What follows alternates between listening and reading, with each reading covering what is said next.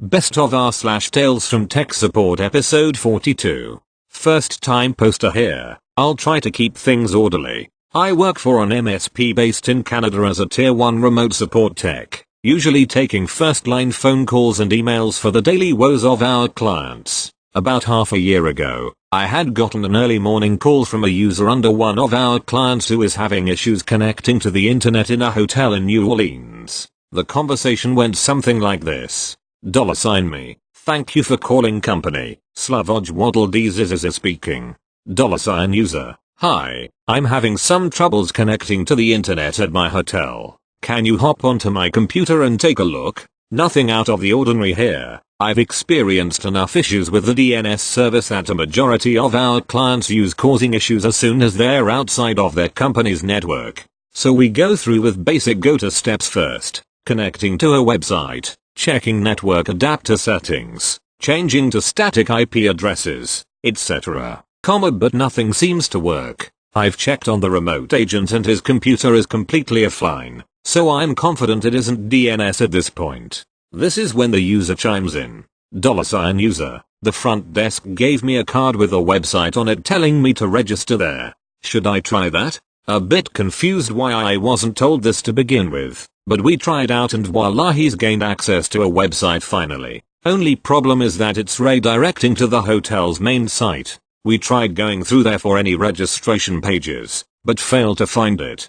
$me. Did you try calling the front desk about this before calling into us? It's most likely a problem that their service desk would need to help with. Then the user's tone changes from a friendly demeanor to whatever this is. $user. No, and to be quite frank, I really don't think it is their issue and I really think you need to stop screwing around with me. This is a problem with your setup. This was pretty shocking to me that he would flat out deny it has anything to do with them, but I don't argue it as I'm not the most confident in my abilities / conclusions, what with being only a tier 1 grunt. I put the user on hold and talk this over with some of my colleagues that specialize in networking and they agree with me. If the user can access only that hotel's website, it's their problem, not ours. $me. Sorry about the wait. I just finished talking this over with one of our senior technicians and they agree with me. If you're only able to access their website, there's probably something on their end that is blocking your access.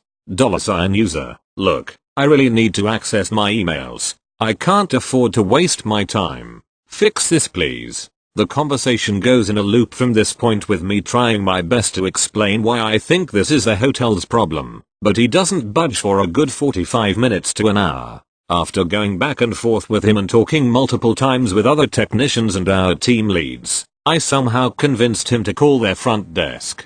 $user leaves me on the line while he's talking to them, so I get to hear in on their conversation, though I can't remember it too well. The service desk rep for the hotel spends some time guiding him on how to find his IP address and the technician finds that his address hasn't been whitelisted to access their registration page. He adds him to this and bing bang boom he has internet connection. The phone rustles for a bit, and then, $user. Thanks. Immediately hangs up. After this, I have never heard from this user again. Our team lead got a good laugh out of the recording and it went from an absolutely horrendous experience to one of my best moments on the desk that I thought I would share here. TL. Doctor, user pushes back for 30 minutes 1 hour to fix a random hotel's internet before getting it fixed with the hotel in about 5 minutes. Thank you. Next. So, I was reading this post and just had to laugh. Being from New Mexico, this is very much a question I'm used to getting. It's surprising how often anybody outside of the state doesn't actually know it exists, despite knowing that Arizona / Texas / Colorado exist. This is a tale of having to talk to third-party tech support for a printer. The dean of students at the community college had a non-networked printer in his office that only attached to his computer. This was a necessity due to the private nature of the documents that he'd print. It's worth noting that this was not purchased through the IT department, or through any proper purchase process outlined by the clearly defined government processes. It starts with the dean telling me that he's usually a big fan of this brand of printer, and that he tried everything he could to get the printer working himself. Just never worked. Crap. What did he break in the process of fixing it? was the only thought running through my brain as I trudged to the dean's office. I spent too much time trying everything I could to get the computer to recognize this random printer. Nothing worked. Drivers, firmware, local admin/domain secondary account. Nothing. Guess the damn thing is broken.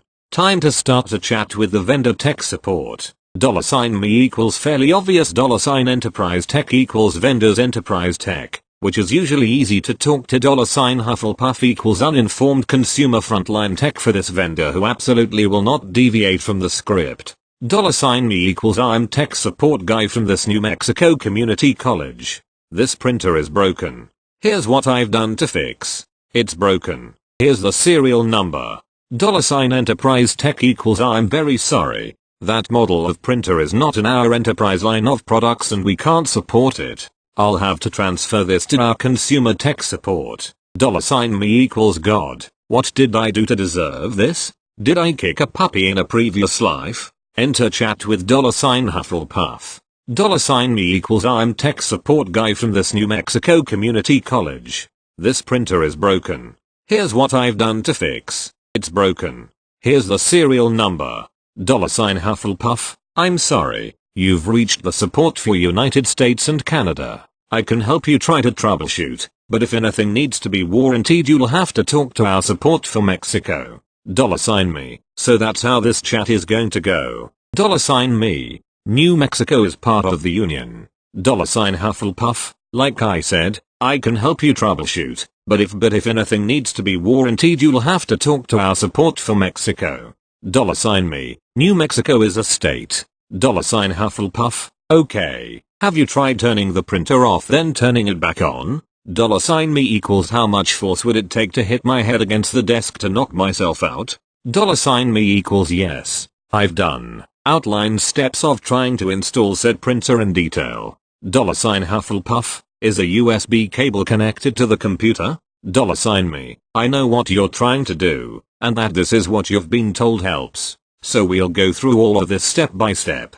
For the next few hours. And we did. Even through trying to run a firmware update on the printer that failed to resolve the issue. Surprise surprise, the printer needs to be warranted. Finally, in hour 5 of trying to get to this point both by myself and with help, we're at the point of replacing the printer. $Hufflepuff. Okay, so I'll need to transfer you to the Mexico support center so that you can get this replaced. $me. I can feel my brain leaking from my ears. Please, just stop.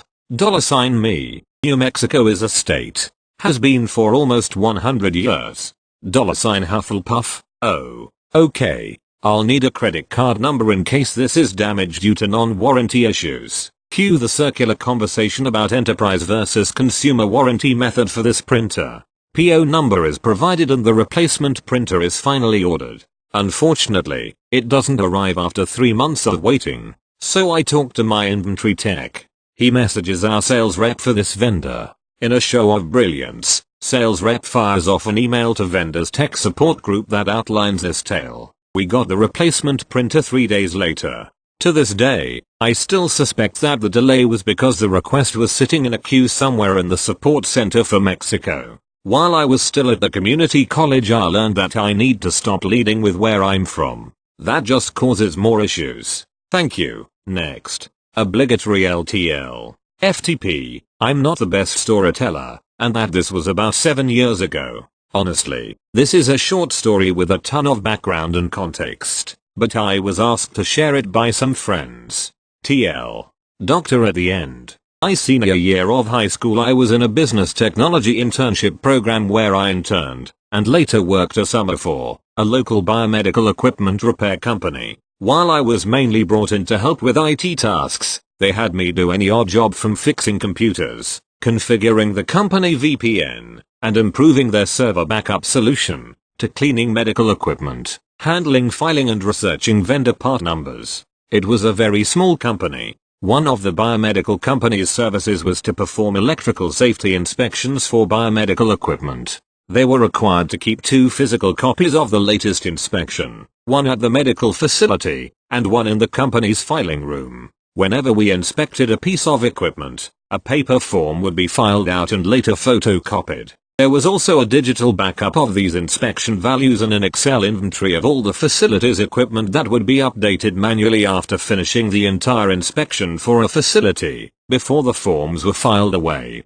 Our newly promoted head engineer decided, however, that it would be faster to just update the Excel document on their phone as they went. I can't remember if this was done by copying the document to their phone and back to the server afterward, or using the company's VPN to access it remotely, but in either case they did manage to get one of our largest clients' full site inspections done in record time. However, this later led to the issue of not having the paper forms for around 1,500 pieces of equipment that were expected to be filed at the facility. Our boss, the owner, told us to begin filling out the forms by hand, when a piece of my Microsoft Office certification bubbled up about Word having a mail merge function to fill out mailing labels from an Excel customer list. I realized we could do the same thing with a whole page document and the Excel inventory of equipment. After getting buy-in from the owner, I recreated the form in Word and generated some samples for approval. After about 3 hours tinkering with the form and the mail merge options, we generated the full inventory of documents, saved a copy on the server as a second digital backup, and began printing them off. I don't know how much the labor would have cost to have myself, the engineer, and whomever else we could rope in to fill out the forms, but I managed to get it down to 3 hours of paying $10.25 to a high school graduate. Should have gotten some kind of bonus, honestly. Oh well. TL. Doctor told to fill out 1,500 paper forms from info in an Excel document. Cleverly utilized Word's mail merge function to handle it in 3 hours. Thank you. Next. Some context: I work in the adept for a school district, and being a student they helps one to know which clients will be more problematic than others. Just after finishing my freshman year with this god-awful English teacher Karen, just basically the incarnate of if I'm not right then you're definitely wrong, or all children should never be trusted.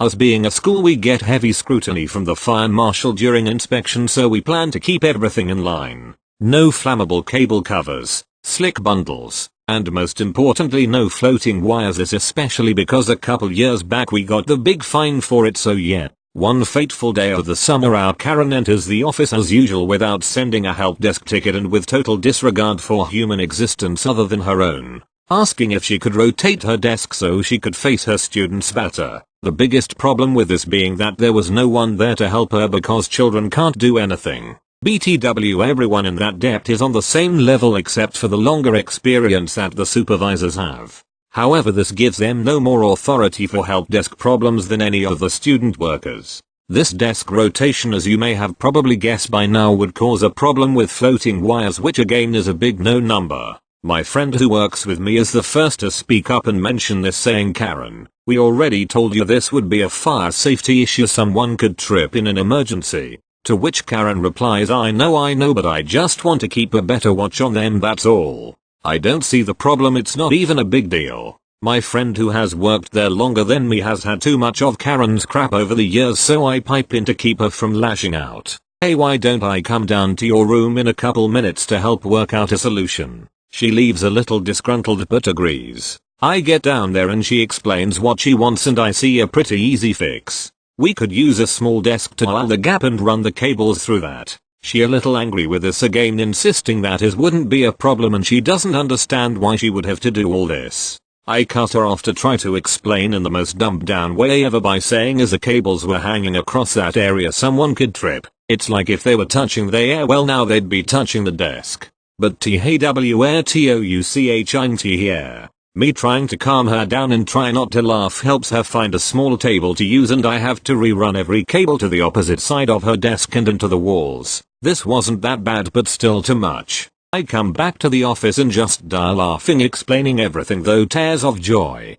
Thank you. Next. Amusement Park I used to work at had planned to trickle out an update for our point of sale systems. To do this we would have to physically go up to each register and insert a USB and initiate the update. I was scheduled to come in a bit before closing and leave around midnight-ish. Our corporate office in another state had to update one of their servers to connect to the registers we update at our location. We were supposed to update stores that had multiple registers and pick 1 or 2 per location to update so that if anything went wrong we would have some on the old server in case the new update had issue, and that we'd have some on the new server in case the old one had issue. The old system was not compatible with the new update. Well, my supervisors had the bright idea of just updating every single register because they didn't want to have to go around to all the registers again to update the ones we skip over, as you can guess. Things fucked up. So back to the beginning of my shift I come in, get briefed on the new plan, get asked if there's any new steps to installing this new update, and there was blah blah. Park is closing now, and we go out. Take the few hours to go around and update every register, then call corporate to ask on the status of the server. The server update wasn't going through. They cancelled it and restarted it. Not a huge deal. We had finished updating a bit faster than expected. We wait and wait. Corporate calls us back. The server is still having issues. They have half their team working on making the old server compatible with a new update and the other half working on fixing the server. We need one of those to happen or the park cannot open the next morning because we will have no registers online. Great. So we wait. And wait. I cannot go home yet because once the server is up we have to go to all the registers again to name them, basically set register number and location, which will only go through once it can verify the information on the updated server. Skip forward to 6 o'clock. It's still not done. My supervisor goes to McDonald's and also is kind enough to bring me back a breakfast sandwich. Thanks my man. 8:30 and the opening tech comes in and is confused as to why we are all already here. Normally the opener is alone for a while. We explain the situation. All registers are down. From the parking lot to the go-karts. Customers won't be able to pay for parking or buy tickets or anything. The park opens in about an hour and a half. Corporate calls. Update is almost done. My co-worker supervisors and me all decide to go to the parking lot entrance and wait for corporate to call back and say the update is done and we can name the registers and get everything running. Parking lot opens in 5 minutes. Park opens shortly after. Still no word from corporate. Skip to 5 minutes after parking was supposed to open. Customers are upset. Corporate calls and gives us the green light. We run to each register and start the process. Takes about 5ish minutes before they are usable after the info is entered. As the customers start coming through we run to the ticket booths and get those up. Customers are right behind us as we run through the park and stop in each store to start up the registers. We circle the park focusing on the most popular stores and attractions. We did it. We opened the park on time.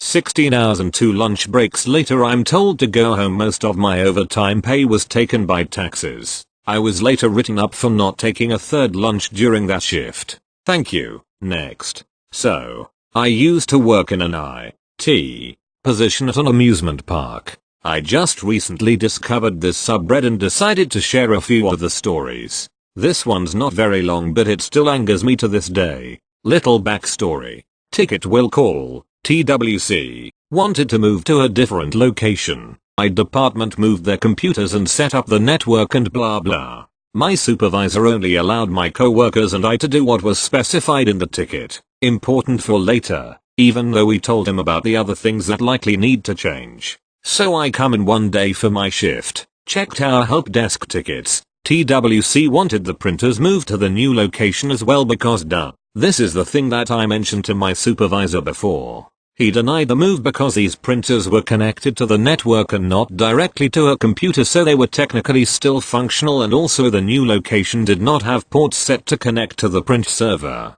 The ports to print server could have been changed by now if my sup had done his part and put in a ticket to our network operations group who are in charge of that type of stuff. But he didn't, because will call did not previously specify they wanted the printers moved as well. So anyways. This new ticket for the printer move says that it is urgent and that the TWC employees can't print out customer tickets because they don't have the printers with them, obviously. So I tell SUP that since it's urgent, why not temporarily connect the printers directly to the computers and then share them through the network that way. They need to be available to the network in case a supervisor or manager or whoever needs to print something to the TWC location. SUP: no we can't do that. Me: why not? I just did it for this other temporary setup for the special event and it works. SUP: well that's just temporary so it's fine. Me: Yeah, and this would just be until NetOps changes the port assignments sup. No, we are not going to set them up just to have to go back later.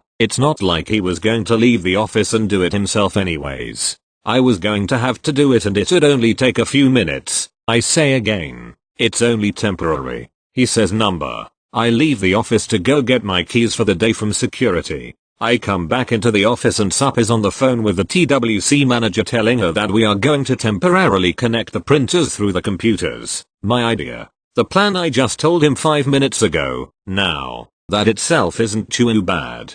But then, he proceeds to tell Emmy the new idea he came up with and explains to Emmy how to do IT as if I never suggested this and said I had just done IT 2 days previously. Like, why not just say I was right? Why try and take credit for my suggestion? Why was it a bad idea when I said it but a good idea when you said it? Thank you. Next. Background. So I work tech support for a company in the southern United States who provided basic DSL internet. Early 2000. This story takes place just after Katrina had really messed up Louisiana. Cue the story. I got the following call. Me. Hello, my name is Watwatha. Thank you for calling DSL company. What can I do for you today? Billy Bob. Full on country hick. I can't connect to the internet. Me. Okay, what error message is it giving you? BB. It just says no internet. Me. Okay, what lights are on your modem? BB. Well, I'll have to get in the boat and turn on the second generator. Me. So is your city still underwater? BB. Yes. Me. So you are not going to be able to connect to the internet if your city is still having issues. BB. But I need to get on the Facebook. Me. So I understand you want to connect, but if the city you are in still doesn't have full power, there are going to be connection issues. BB. Oh.